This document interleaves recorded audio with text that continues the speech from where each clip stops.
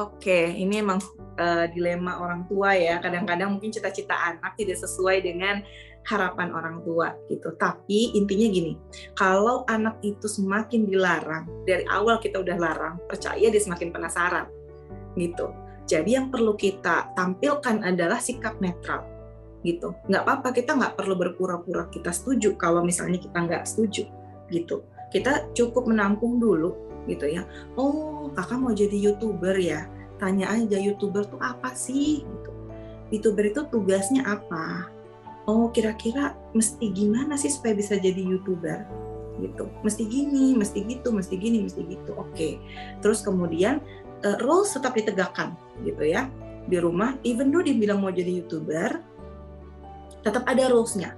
Gadget boleh kapan, terus kemudian outdoor play mesti kapan, main sama temennya mesti kapan, pasti tetap ada misalnya gitu ya. Terus sportnya mesti tetap ada. Jadi rules di rumah juga tetap harus ada gitu. Itu udah menunjukkan sikap kita bahwa ini tetap aturan di rumah. Mama tampung bahwa kamu pengen jadi YouTuber gitu, tapi aturan di rumah tetap ada. Nah, terus kita nggak usah langsung bilang, mama nggak setuju gitu ya. Nah, tapi kita kemukakan harapan kita itu boleh. Misalnya, oh iya sekarang ada ya profesi baru YouTuber. Nanti kakak ajarin mama ya, mama tuh belum terlalu ngerti gitu.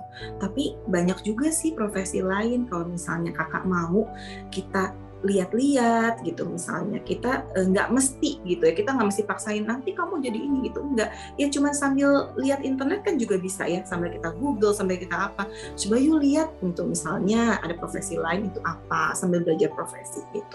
Nah terus kemudian kalau dia udah gedean gini ya, ini salah satu klien saya juga, memang dia tuh seiger banget untuk jadi YouTuber, sama ada kasusnya, cuman klien saya udah agak gedean, jadi udah lebih bisa diajak reasoning yang lebih panjang gitu. Dia pengen banget jadi YouTuber, jadi dia menutup diri untuk mempelajari kegiatan lain gitu ya. Nah terus saya tanya,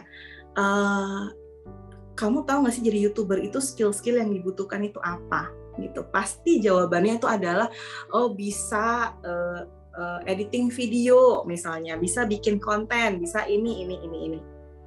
Nah saya minta dia untuk ngobrol sama YouTuber beneran gitu, YouTuber beneran, dan saya minta dia untuk tanya, kira-kira skill apa aja sih yang dibutuhkan untuk pekerjaan kakak saat ini gitu ya, pekerjaan si YouTuber itu saat ini.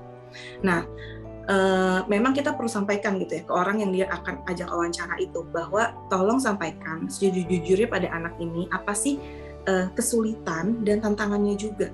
Ternyata jadi YouTuber itu nggak lepas dari dia harus bernegosiasi dengan orang lain, dia harus bekerja sama dengan orang lain, dia harus bisa mengontrol emosinya, dia harus bisa banyak kan skill yang dibutuhkan seperti pekerjaan lain yang mau jadi YouTuber, kayak mau jadi dokter, kayak mau jadi psikolog, kayak mau jadi pembawa acara kayak gitu. Semua pekerjaan butuh skill-skill itu. Yang mana anak ini melupakan bahwa skill itu harus juga dia pelajari, dia nggak bisa cuma menghabiskan satu hari hanya untuk misalnya nontonin YouTube atau ngedit video gitu. Nah makanya kadang-kadang memang kita sebagai orang tua jatuhnya jadi kalau anak itu sudah besar, dia udah bisa reasoning, jadi mengarahkannya gitu. Jadi bukan langsung kita larang di awal gitu ya, tapi kita arahkan dan kita lihat nih mana nih informasi yang mungkin diterima dengan hati yang lapang gitu oleh anak kita gitu. Nah, jadi kalau misalnya dia langsung dengar dari kita, mungkin dia akan langsung say no. Tapi kalau dia dengar dari misalnya orang yang memang sudah bekerja